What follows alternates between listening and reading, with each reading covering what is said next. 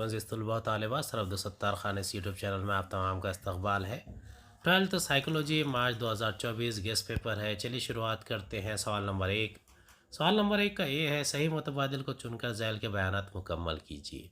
पहला है 1879 तक इल्म नफ्सियात को डैश की ही एक शाख माना जाता था। इसका सही जवाब है फ़लसफ़ा। दूसरा है इल्म नफ्सियात एक डैश साइंस है। इसका सही जवाब है समाजी साइंस। तीसरा है डैश ने फ्लूइड जहानत और क्रिस्टलाइज जहानत का तस्वुर पेश किया। इसका सही जवाब है केटल। तीसरा है डैश जहानत का एक इनफरादी टेस्ट है। इसका सही जवाब है ब्लॉक बिल्डिंग टेस्ट। पांचवा है वो शख्स जो शर्मीला और सबसे अलग थलग रहे उसे डैश कहते हैं। इसका सही जवाब है अंदरून बेन। पांचवा है इंक ब्लॉक टेस्ट को डैश माहिर नफ्सियात ने बनाया। इसका सही जवाब है रोडसेच।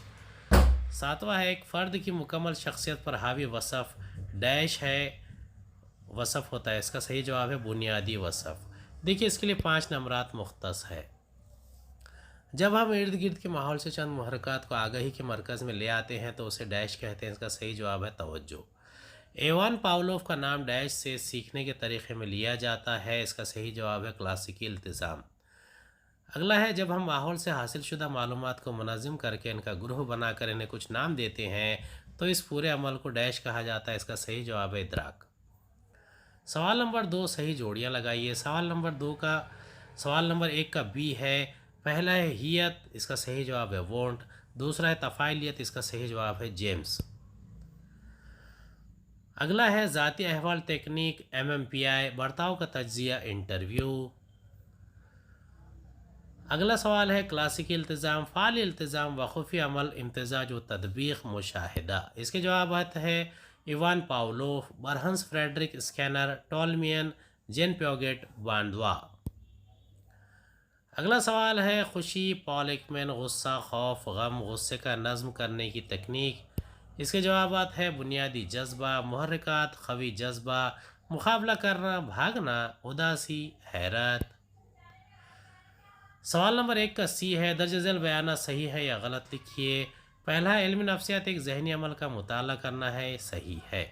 दूसरा है केस स्टडी का तरीक़ा हमेशा मौलिज माहिरीन नफ्सियाती इस्तेमाल करते हैं। इसका जवाब है सही है। अगला है जहानत के ज़बानी टेस्ट अनपढ़ लोगों को भी दिया जा सकता है, बयान सही है।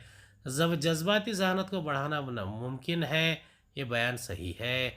मसनवी जहानत की कुछ मखसूस महदूदियत होती है, ये बयान सही है। जहानत के इज्तिमाई टेस्ट के कम महंगे या सस्ते होते हैं, ये बयान सही है। जज्बाती सेहतमंदी आसानी से नज़र नहीं आती है, ये बयान बिल्कुल सही है। मुस्बत जज्बात हमें तवानाई व क़ुव्वत देते हैं, ये बयान सही है। एक शख्स की शख्सियत का ताल्लुक़ इसका बैरूनी दिखावा है, ये बयान गलत है, क्योंकि शख्सियत का ताल्लुक़ किसी फ़र्द के बैरूनी दिखावे से नहीं होता, बल्कि फ़र्द की शख्सियत इसके अंदाज़ फ़िग़ार व फ़िक्र, एहसासात और बर्ताव व सलूक से होता है। दूसरा है वो लोग जिनमें आसाबी खलल ज़्यादा होता है और जज्बाती लिहाज से ज़्यादा मुतहर्रिक होते हैं, ये बयान सही है, क्योंकि आसाबी खलल में मुब्तला अफराद अपने जज्बात और ख़यालात पर कंट्रोल नहीं कर पाते हैं और इसलिए वो बहुत मुतहर्रिक होते हैं और जल्द भड़क उठते हैं। तवज्जो एक इंतखाबी अमल है, बयान सही है। हमारे इर्द गिर्द मौजूद बेशुमार मुहर्रिकात में से हम सिर्फ चंद मुहर्रिकात पर ही अपनी तवज्जो मरकूज़ कर सकते हैं, ये बयान सही है। सवाल नंबर 1 का डी है। पहला सवाल है पहली नफ्सियाती तजुर्बागाह कब क़ायम हुई। इसका जवाब है 1879 में जर्मनी में पहली नफ्सियाती तजुर्बागाह क़ायम हुई। दूसरा है अमरीकी नफ्सियात का बाबा आदम किसे कहा जाता है। इसका सही जवाब है अमरीकी नफ्सियात का बाबा आदम विलियम जेम्स को कहा जाता है। जहानत क्या है। जहानत इंसान का एक इनफरादी इम्तियाज़ है, इसी की बदौलत तो कायनात की आला तरीन मखलूक मानी जाती है और ज़िंदगी में कामयाबी हासिल की जाती है। इसकी बदौलत इंसानी ज़िंदगी में बामकसद काम कर लेता है या गौर व फिक्र करने की सलाहियत है। जहानती टेस्ट का बाबा आदम किसे कहा जाता है। जहानती टेस्ट का बाबा आदम अल्फ्रेड बेनेट को कहा जाता है। जहानत के ज़बानी टेस्ट से क्या मुराद है। जहानत के 2 टेस्ट ज़बानी और गैर ज़बानी टेस्ट है। ज़बानी टेस्ट में टेस्ट का मुहतमिम मौक्किलीन को ज़बानी तौर पर टेस्ट पेश करता है, इसमें कोई भी सवाल तहरीरी सूरत में नहीं होता है। सवाल नंबर 2 है दर्ज झैल सवालात के 25 से 30 अल्फाज में जवाब लिखिए। नखल क्या है। तवज्जो के उतार चढ़ाव से क्या मुराद है। नकल करना, दोहराना। नकल से मुराद ये कि साइंस से हासिल होने वाले नताइज को दोबारा दोहरा कर वही नताइज हासिल करने की सलाहियत को कहा जाता है। अगर वही हालात में तजुर्बा किया जाए तो वही नतीजा बरामद होता है। दूसरा है रब्ती अददी स्तर। दो मुतग़य्यरात के दरमियान बाहमी ताल्लुक़ की वसअत को अददी स्तर से नापा जाता है। ये बाहमी ताल्लुक़ का अददी स्तर हमेशा -1 से +1 के दरमियान होता है। इस ताल्लुक़ की शिद्दत प्लस और माइनस से ज़ाहिर की जाती है। तवज्जो के उतार चढ़ाव से क्या मुराद है? तवज्जो के उतार चढ़ाव को तग़य्युर तवज्जो भी कहा जाता है। जब हमारी तवज्जो किसी एक शय पर मरकूज़ होती है तो ये कैफ़ियत ज़्यादा देर तक क़ायम नहीं रह सकती, क्योंकि दूसरी शय इसकी जगह ले लेती है। हमारे सामने बहुत सी चीज़ें होती है और हम कभी एक शय पर तवज्जो करते हैं और कभी दूसरी शय पर। इस तरह हमारी तवज्जो के मरकज़ में बहुत जल्द तब्दीली आती रहती है। इस अमल को तवज्जो के उतार चढ़ाव से ताबीर किया जाता है। दूसरा, इदराक में ऊपर से नीचे इस अमल की 3 मिसालें दीजिए। जब इदराकी अमल के दौरान हमारा दिमाग आम मालूमात और सियाक़ को इस्तेमाल करता है तो इस अमल को ऊपर से नीचे का अमल कहते हैं। मिसाल के तौर पर किसी एक लफ्ज़ के मानी जानने से बेहतर वह आसान होता है कि पूरे जुमले को पढ़कर इसका मानी समझा जाए। दूसरा, किसी एक शक्ल को समझने से बेहतर होता है कि पूरी शक्ल को एक साथ समझाया जाए। तीसरा, किसी शक्ल के मुख्तलिफ हिस्सों को अपनी मालूमात से समझ लेना। अगला सवाल, एक मिसाल के ज़रिए गुस्से के गैर ज़बानी मुहर्रकात को बयान कीजिए। हर किस्म के जज्बात के लिए मुहर्रकात होते हैं। गुस्सा एक शदीद और ख़वी मनफी जज्बा है। इसके मुख्तलिफ मुहर्रकात हैं। इसके गैर ज़बानी मुहर्रकात बहुत से होते हैं। मसलन गंदे और गुस्सा दिलाने वाले इशारे करना, चेहरे पर नागवारी नापसंदगी का इजहार करना, बेइज्जत करना, गैर अहम बताना वगैरह। मिसाल के तौर पर गुस्सा दिलाने के लिए अक्सर हम लोग अपने हाथों और उंगलियों से गंदे और गलत इशारे करते हैं। उंगलियों को मुख्तलिफ अंदाज में आगे पीछे करना, उंगलियों को टेढ़ी मेढ़ी करना वगैरह। अगला सवाल है, एक फ़र्द को कब समाज रद्द कर देता है? इसका जवाब है, हर फ़र्द समाज का एक हिस्सा होता है, क्योंकि हर फ़र्द समाजी जानवर माना जाता है। समाज में वो रहता है, इसकी सारी ज़रूरतें समाज में रहकर पूरी होती है। समाज में इसकी रिश्तेदारियाँ, दोस्तियाँ, दुश्मनियाँ होती है। इसके बावजूद समाज को हर हाल में अपनाए रहता है। लेकिन जब एक शख्स समाज में रहते हुए समाजी इक़दार को मुसलसल बर्बाद करे, लोगों से ताल्लुक़ात बिगाड़ता है, तो वह समाज का एक नापसंदीदा शख्स बन जाता है। वो मुसलसल समाजी इक़दार, रस्म रिवाज और रिवायत को पामाल करता रहता है, तो मजबूरन इस शख्स को समाज रद्द कर देता है, इससे हर किस्म के ताल्लुक़ात ख़त्म कर देता है। सवाल नंबर 3 है, 50 से 60 अल्फाज में मुख्तसर नोट लिखिए। कोई 4। पहला है, चेहरे के तासुरात की क़यास आराई मफरूज़ा की वजाहत कीजिए।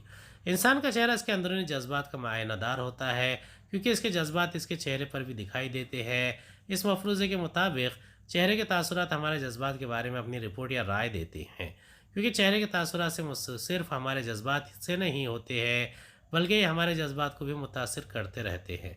मिसाल के तौर पर हमेशा मुस्कुराते रहने से हकीकत में आप ज़्यादा खुश रह पाते हैं। मुशाहिदाती तरीक़ा, ये तहक़ीक़ी मवाद को यकजा करने का एक तरीक़ा है। इसमें हिस्सा लेने वाले का मुशाहिदा किया जाता है और तहक़ीक़ से मुताल्लिक़ बर्ताव को नोट करके बाद में इनका तज्ज़िया किया जाता है। जहाँ तजुर्बाती तरीक़े को इस्तेमाल करना मुश्किल होता है, वहाँ मुशाहिदाती तरीक़ा इस्तेमाल किया जाता है। मुशाहिदा अमूमन 2 तरीक़े से किया जाता है, फ़ितरी मुशाहिदा, मुनज़बित मुशाहिदा। आम तौर पर मुशाहिदाती तरीक़े का इस्तेमाल बच्चों के माहिरीन नफ्सियात, मुआलिज माहिरीन नफ्सियात और समाजी माहिरीन नफ्सियात करते हैं। ये ज़्यादा साइंसी तरीक़ा माना जाता है, इससे हासिल होने वाले नताइज ज़्यादा मोतबर माने जाते हैं। सर्वे तरीक़ा, यह नफ्सियत में तहक़ीक़ का एक तरीक़ा है, जिसमें पहले से मुतय्यना ग्रुह मालूमात डाटा जमा किया जाता है। इसके ज़रिए एक बड़ी आबादी से भी मालूमात यकजा की जा सकती है और इससे हासिल शुदा मालूमात ज़्यादा काबिल एतमाद होती है। अमूमन सर्वे का तरीक़ा सियासी राय या सारिफिन की तरजीहात पर इस्तेमाल किया जाता है। सर्वे के तरीक़े में इनका इस्तेमाल किया जाता है सवालनामे, फ़हरिस्त, दर्जा फ़हमाई, अफराद की फ़हरिस्त, इंटरव्यू।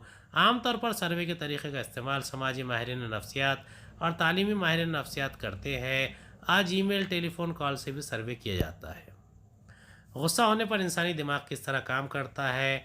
गुस्सा एक मनफी और ख़वी जज्बा है, क्योंकि गुस्से के दौरान तमाम आसाबी क़ुव्वतें हमारे दिमाग पर असरअंदाज होती है। आइए देखिए कि गुस्सा होने पर इंसानी दिमाग किस तरह काम करता है। दिमाग का बैरूनी हिस्सा सेरेब्रल कॉर्टेक्स कहलाता है। ये हिस्सा दिमाग में सोच व फ़िक्र का मरकज़ होता है और दिमाग के सामने का हिस्सा मुंतक़ी इस्तदलाल के काम अंजाम देता है। इसी तरह दिमाग का निचला हिस्सा दिमाग का जज्बाती मरकज़ होता है, इसे हम लिम्बिक सिस्टम कहते हैं। आमतौर पर लिम्बिक सिस्टम अपने काम में कॉर्टेक्स सोचने के मरकज़ को क़तई इस्तेमाल नहीं करता है। लिम्बिक सिस्टम में ही अमाइगडाला नामी एक छोटा सा बादामी हिस्सा होता है, جو جذباتی یادوں کا مرکز ہوتا ہے. اسی حصے سے ہمارے جذبات کو بھڑکانے یا پھٹ پڑنے کا کام ہوتا ہے. آئیے اب ہم غصے کے دوران دماغی عمل کو سمجھیں. جب کوئی ڈیٹا دماغ سے گزرتا ہے تو وہ پہلے امائگڈالا سے گزرتا ہے اور یہ فیصلہ کیا جاتا ہے کہ اس ڈیٹا کو لمبک سسٹم کو دیا جائے یا کارٹیکس کو بھیجا جائے. اگر اس ڈیٹا کا جذباتی چارج بہت زیادہ شدید ہوتا ہے تو اسے امائگڈالا اور اوپر اچک لیتا ہے، یعنی وہ ڈیٹا کارٹیکس کی طرف نہیں جاتا ہے، اور اس کے نتیجے میں انسانی دماغ فوراً اس پر ایک شدید رد عمل دیتا ہے. اور رد عمل کے دینے کے وہ کسی نتائج کی پرواہ بھی نہیں کرتا، کیونکہ امائگڈالا کسی ڈیٹا کی جانچ نہیں کرتا اور نہ اسے سوچنے غور کرنے کا کام کرتا ہے. گویا وہ شخص غصے میں آ جاتا ہے اور فوراً غصہ ظاہر ہوتا ہے.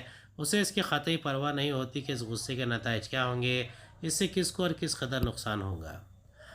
چہرے کے تعاملاتی مفروضے کی وضاحت کیجیے. یہ اصطلاح نفسیات میں ایک بہت اہم مانی جاتی ہے، کیونکہ اس مفروضے سے ہی انسانی چہروں پر جذبات سے ہونے والے اثرات کا مطالعہ کیا جاتا ہے. جذبات کے بارے میں قیاس آرائی کی جاتی ہے. اس مفروضے کے مطابق چہرے کے تاثرات اور جذبات کے بارے میں کہا جاتا ہے کہ یہ ہمارے دماغ کو اپنی رائے قیاس کو بھیجتے ہیں، یعنی جذبات کی وجہ سے ہمارے چہرے پر مختلف تاثرات پیدا نہیں ہوتے، بلکہ یہی چہرے کے تاثرات ہمارے جذبات کو مزید متاثر کرتے ہیں. اس بات کو اس مثال سے بھی سمجھ سکتے ہیں. جو ہمیشہ اپنے مسکراہٹ رکھتے ہوئے حقیقت میں زیادہ خوش رہ پاتے ہیں، کیونکہ چہرے پر نظر آنے والی خوشی ان کو زیادہ خوشی دیتی ہے. ہمارے چہرے سے جن جذبات کا اظہار ہوتا ہے، جسم اندرونی طور پر انہی جذبات کو محسوس بھی کرتا ہے، اور اسی لیے ہم ایک دوسرے کے چہرے کو دیکھ کر اس کے جذبات کے بارے میں کچھ اندازہ لگا لیتے ہیں. اسی لیے کہا جاتا ہے کہ انسان کا چہرہ اس کے جذبات کا آئینہ ہوتا ہے. سوال نمبر 4، خوشی اور غم. خوشی ایک مثبت جذبہ ہے، غم ایک منفی جذبہ ہے. خوشی کے جذبے سے ایک انسان تسکین و اطمینان حاصل ہوتا ہے. غم کے جذبے سے انسان اداسیت اور مایوسیت پیدا ہوتی ہے. خوشی کے جذبے سے انسان میں قناعت شکر کا جذبہ پیدا ہوتا ہے. غم کی وجہ سے انسان میں بے چارگی نا امیدی پیدا ہوتی ہے. خوشی کے جذبے سے انسان کی عمر بڑھ جاتی ہے، غم کی وجہ سے انسان کی عمر کم ہو جاتی ہے. مسلسل خوش رہنے کی وجہ سے انسان خوشی دوبالا ہوتی ہے، غم سے وجہ سے ڈپریشن میں چلا جاتا ہے. خوشی کا جذبہ رکھنے والے انسان بہت زیادہ سماجی ہوتے ہیں، سماجی اور رضاکارانہ کاموں میں خود کو مصروف و مشغول کر لیتے ہیں. گویا یہ لوگ سماج کے لیے کارآمد ہیں. غم میں مبتلا انسان اکیلا تنہا ہو جاتا ہے، سماج اور سماجی سرگرمی سے کٹ جاتا ہے. سوال نمبر 5، 25 سے 30 الفاظ میں جواب لکھیے. دیانتداری، اعصابی خلل، بیرونی بیان، تجربات کو قبول کرنا، موافقت. رابرٹ میکر اور پال کوسٹا نے 1987 میں اس نظریے کو پیش کیا. انہوں نے واضح کیا کہ شخصیت سازی میں 5 بڑے عوامل اوصاف سب سے اہم ہوتے ہیں، کیونکہ یہی اوصاف شخصیت کے بنیادی رجحانات ہوتے ہیں اور یہ شخصیت میں پیدائشی طور پر موجود ہوتے ہیں. ان میں چند یہ ہے. پہلا ہے دیانتداری، اصول پسندی. اس وصف کا حامل فرد زندگی ہمیشہ نظم و ضبط کے ساتھ گزارتا ہے، اپنے خواہشات پر قابو رکھ کر انہیں صحیح رخ پر لے جاتا ہے. یہ لوگ ذمہ دار، قابل اعتماد، محنتی اور جفاکش ہوتے ہیں. اعصابی خلل. ان اوصاف کے حامل افراد اعصابی خلل کا شکار ہونے کی وجہ سے عموماً بہت بے چین، بے قرار رہتے ہیں. افسردگی ان کا مخدر بن جاتی ہے، ہمیشہ چڑچڑپن کا مظاہرہ کرتے ہیں، ان میں استحکامات نہیں ہوتی ہے، ڈھلمل رہتے ہیں. بیرون بین. یہ ایک بہت ہی اہم وصف ہے. اس کے حامل افراد اچھے منتظم ہوتے ہیں، یہ بہت زیادہ بات کرنے والے، پرجوش اور وسیع نظر ہوتے ہیں. ملنساری ان میں بہت زیادہ ہوتی ہے، ہمیشہ حوصلہ مندی سے نئے حالات کا مقابلہ کرتے ہیں اور زندگی میں زیادہ کامیاب اور مقبول ہوتے ہیں. تجربات کو قبول کرنا. ان کا ذہن بالکل کھلا ہوا ہوتا ہے، اس لیے زندگی کے تمام تجربات اور واقعات کو دیکھتے سمجھتے اور اسے کشادہ دلی سے قبول کر لیتے ہیں. ان کا ذہن تخلیقی صلاحیتوں کا حامل ہوتا ہے. ان میں تلاش جستجو پائی جاتی ہے. وہ مہم جو ہوتے ہیں اکثر فنون کے قدردہ ہوتے ہیں. ان سے غیر معمولی نئی آئیڈیا وجود میں آتی ہے. سوال نمبر 6 ہے. سوالات کے جوابات لکھیے. نکات کی مدد سے مسئلے کو حل کرنے کے مراحل وضاحت کیجیے. ذہانت کے انفرادی ٹیسٹ، معنی، فوقیت، دشواریاں. ذہانت کے انفرادی ٹیسٹ کے طریقے انتظامیہ کی ایک قسم ہے. اس میں ایک وقت میں صرف ایک ہی فرد کی جانچ کی جا سکتی ہے. اس انفرادی ٹیسٹ کی خصوصیت و فوقیت یہ ہے کہ ایک وقت میں صرف ایک ہی شخص پہ آزمائش کی جا سکتی ہے. اس ٹیسٹ کے دوران ٹیسٹ کے محتمم اور موکلین کے درمیان براہ راست تعلق ہوتا ہے. اس ٹیسٹ میں محتمم موکل کے احساسات، موڈ اور تاثرات کے بارے میں براہ راست زیادہ معلومات یکجا کر لیتا ہے. اس ٹیسٹ کے محتمم کو ماہر اور تجربہ کار ہونا لازمی ہے. یہ ٹیسٹ بہت وقت طلب اور مہنگا ہوتا ہے. اس ٹیسٹ کے اخراجات بہت زیادہ ہوتے ہیں. اس ٹیسٹ کے ذریعے فرد کی تخلیقی سوچ کی پیمائش کرنا زیادہ آسان اور ممکن ہوتا ہے. انفرادی ٹیسٹ کو عمل میں لانے میں بہت سی دشواریاں اور دقت پیش آ سکتی ہے۔ اس ٹیسٹ کو ہر جگہ نظم کرنا ممکن نہیں۔ یہ ٹیسٹ وقت طلب اور مہنگا ہوتا ہے۔ اس ٹیسٹ کو ہر شخص نہیں لے سکتا کیونکہ اس ٹیسٹ کا اہتمام کرنا، اس کو جمع کرنا اور ان کی توضیع اور تشریح کرنا کافی تجربہ کار درکار ہوتا ہے۔ اس کی مثالیں ہیں Binet skilled intelligence test, Wechsler test of intelligence, standard Binet test of intelligence, Bhatia's performance test of intelligence. اگلا ہے ذہانت کا مفہوم واضح کر کے ذہانت کے ٹیسٹ کے اقسام کو مفصل بیان کیجیے۔ ذہانتی ٹیسٹ کی تفصیل۔ سر فرانسس گالٹن نے سب سے پہلے 1884 میں اس کی ابتدا کی۔ ان کے بعد ریمنڈ کیٹل نے ذہنی اختلافات کی پیمائش پر زور دیا، لیکن ذہانت کی پیمائش کا باقاعدہ آغاز سلسلہ الفریڈ بینٹ نے شروع کیا۔ 1905 میں حکومت فرانس نے اسکولی طلباء کی جانچ کے لیے انہیں باقاعدہ یہ ذمہ داری دی۔ ان طلباء کی جانچ کے لیے الفریڈ بینٹ نے سائمن کے ساتھ مل کر طلباء کے ذہنی اختلافات اور ان کے درمیان پائی جانے والی تعلیمی معیار کے فرق اور تعلیمی سطح کے فرق کو محسوس کیا، اور اسی بنیاد پر دونوں نے پہلی ذہنی پیمائش تیار کی۔ اس لیے الفریڈ بینٹ کو ذہنی آزمائش کا بابا آدم کا نام دیا جاتا ہے۔